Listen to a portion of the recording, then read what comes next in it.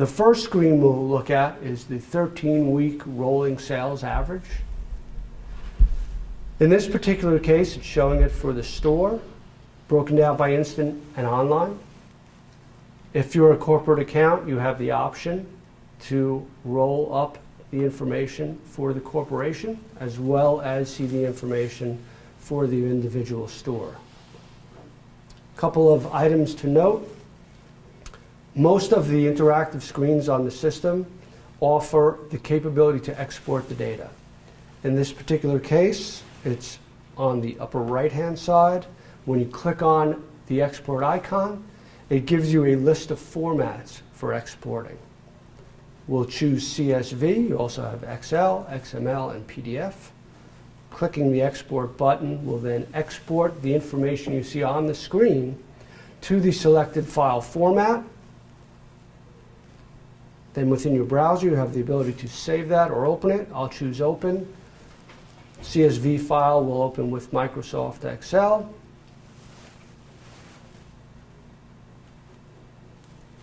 And there you see the information that was displayed on the screen in Excel. As we go through more sales information, there's a total weekly sales screen. This shows the information for sales by week for the corporation. Again, all the sales screens are available for the corporate accounts, either rolled up by the corporate totals or drilled down to the individual store, any of the stores that you choose. Independent retailers will always see this information for their store. So what you see is a week-by-week breakdown of the sales, instant and online. If you settle every 2 weeks instant, you'll see the information similarly to this, where it'll show 0 every other week in those weeks that you don't settle. In this case, the information is more than one page, so there's a second page. And simply clicking on the 2 or one of the arrows will let you switch between pages. Again, you see, as you'll see in all the other screens, the export capability. On this screen, you see a new feature, which is the ability to change the date range for which you're looking at information. Generally, it'll default to the past 13 weeks, but you can certainly change that by using the calendar. And when you change the date, the information will then refresh. And now you see there are 3 pages, and it goes all the way back to September. You can get a breakdown by jackpot game by week. And so all the game information is available. It's divided up into a few categories, so there's not too much on one screen. So this is the high jackpot games, the Mega Millions, Mega Bucks, and Powerball, broken down by week. And again, like the others, you can choose location or corporate. You can also change the dates and export it, as well as page through it.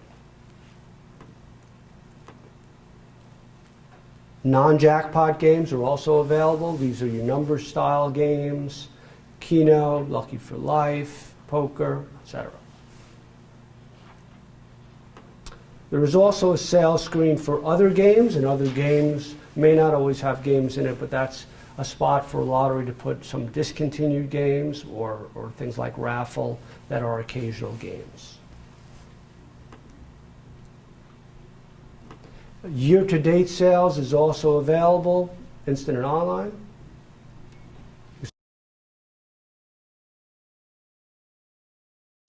The system also provides information about caches relative to sales. And this is important for stores that might either be cashing way less than the average or way more than the average. And that may be something that, as an owner, you may want to address with a particular store or store manager if the numbers appear unusual. You can also see the top sellers, and this is more applicable for corporate account users. And they can see the top sellers within the corporation. You can see more than 10. You can choose how many you want to see. And one of the items to note on this screen, and it is that way on many of the screens, sometimes you see an up and a down arrow on the heading of a column. And that means that you can sort on that column. So simply clicking on the heading lets you sort the information on the screen by that column in ascending order. You see it turns green, noting that the order is sorted by that. And you click on it again, and it will then change the sort to descending order. And you'll see that on quite a few of the screens. In addition, there's a chart available to show weekly sales, and the chart will allow you to look at sales on a week-by-week basis, online, instant, and total. It also enables you to bring in previous year's sales and do a year-to-year comparison. One of the other things you can do with this chart is you can disable some of the parts of it, so that if you really want to focus in on very specific parts of the chart, you can do so.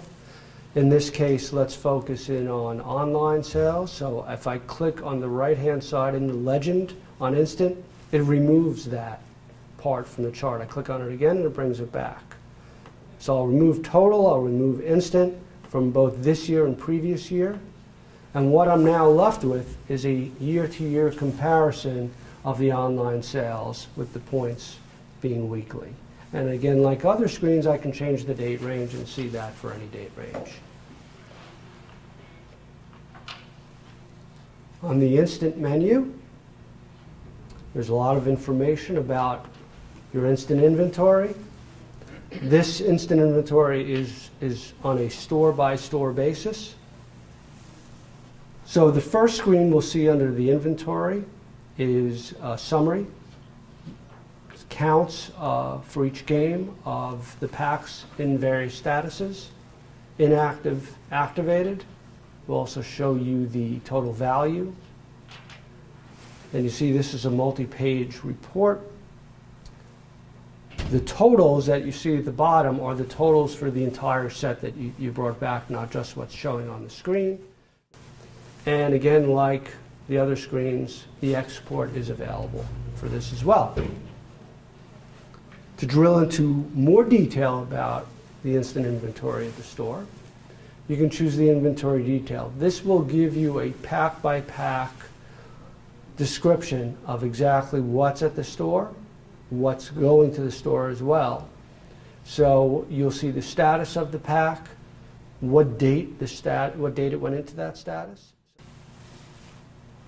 You'll notice here that all of these columns are sortable as well. So if I want to look for ones that have been in the status for a large number of days, I can click on it twice and I go descending, and you see I now see at the top those packs that have been in their status for the longest amount of time.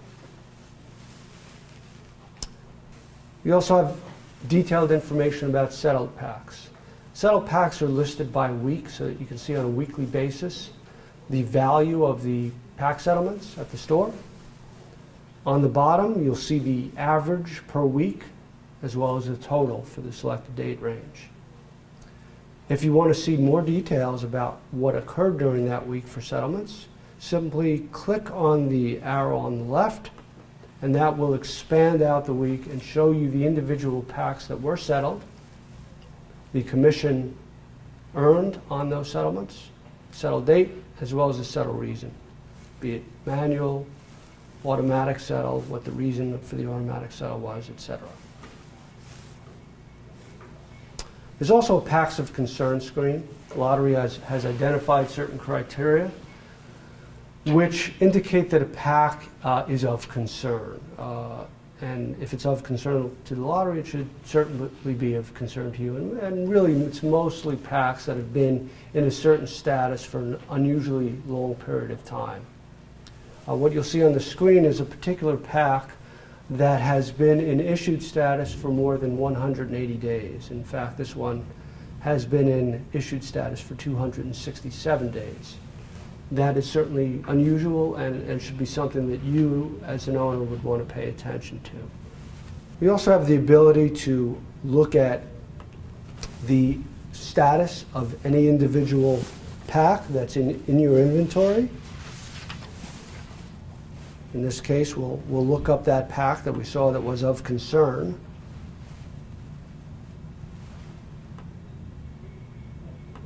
that was of game 36. So you have all the games listed here. Simply type in the pack number.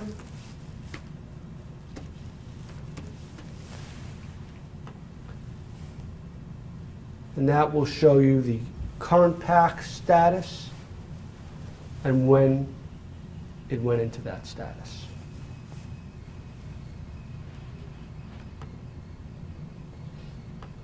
On the retailer menu, see information about the store. Probably know that information, but if you see it's incorrect, you may want to contact the lottery about it. And as a corporate account owner, you can see the information that the lottery has about each of your stores. The winner's information, we saw some of it on the main dashboard, and that was for the previous week. This screen allows you to see winners at a specific location for any period of time. And these, again, are winners of more than 1,000. In this case, I see a $50,000 winner sold at one of my stores. I would probably want to advertise that fact. I'd certainly want to know I want any passersby to know that this is Lucky Store. You can also see the equipment in the store. If there are any vending machines, they would show here. If there are multiple terminals, you'd see the individual terminals. In this case, this store just has one single ISIS terminal, which is your regular point of sale terminal. Screen, and again, this is all exportable to any format. Can be integrated into your own back office systems. And the financial adjustments can be for a variety of reasons. Here we show whether it's a debit or a credit to your account, whether it is for the instant games, the online games, and the specific reason for the adjustment. One of the really nice features about this system is the ability to see your weekly settlement information 4 weeks at a glance. And sure, we know that your terminal has a report with this information, but instead of it being on a small slip of paper, it's available interactively, exportable to any of your standard formats 4 weeks at a time. The end date is what anchors the 4 weeks, so if you want to go further back, you can just change the date, and it'll go 4 weeks back from that date. And you see, this should look very similar to your terminal report. All the breakdown of your net due. In red would be items that are credits. We had spoken earlier about some of the user management. First, let me say that you can change your password anytime you want. If you do not change your password, you will eventually have no choice but to change your password. So if your password expires, you will be brought directly to this screen upon login, and you will have to change your password. As you can see from this screen, the password rules are government standard rules. They ensure that you have a secure password. We would highly recommend that you don't write it down on a sticky paper and attach it to your computer. Especially since we put in the forgot your password link, which will enable you to recover any, it will enable you to change your password if you really forget it. But as you see here, the rules are strict and you can't use any of the same 10 passwords that you use, so please have a number of passwords available. You can also edit your profile. This will enable you to change your username if you want, or to edit your email address. It is important that we have your accurate email address in the system, because without that you will not be able to recover your lost passwords. And you will also not be able to receive emails of scheduled reports. And I know you want both of those things, so please update your email address. I also mentioned at the outset that you have the ability to create your own users within your store, your organization, and that is the case. So on the admin screen, users, there are two parts to this. One, you can look up your users and edit them if need be. Another is you can add users. So let's look up some users first. So I'll look up all the users here that were created since a while ago. And then what will happen is at the bottom, we'll have a list of the matching users. So I've got a number of users set up. This is a corporate account, and there are different types of users you can set up for a corporate account. As an independent, you can set up clerks. Each user has a status, so you can disable users if they go away for a while, or if they resign, etc. You can see when the user last logged in, when the user was created, and you can edit the user by selecting the pencil icon. And if you have a user that for some reason is not able to use the automatic password reset, you as a store owner or a corporate account manager can reset their password for them. The lottery does not need to be involved with any of your sub-users. So let's add a user. So to add a user, simply give them a name.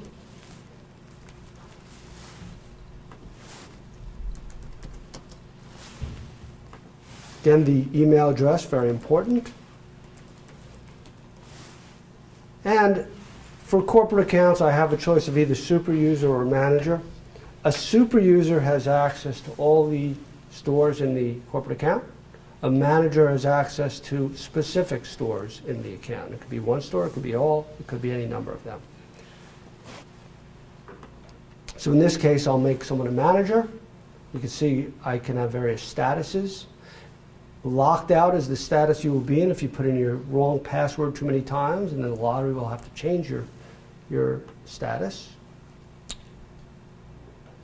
But I can select a certain number of locations for this manager to have access to. I simply save it, and that's all that it takes to create a new user. So that really covers most of the interactive portion of the application. The real beauty of this application, the real core of it, is coming up next, and that has to do with the reports.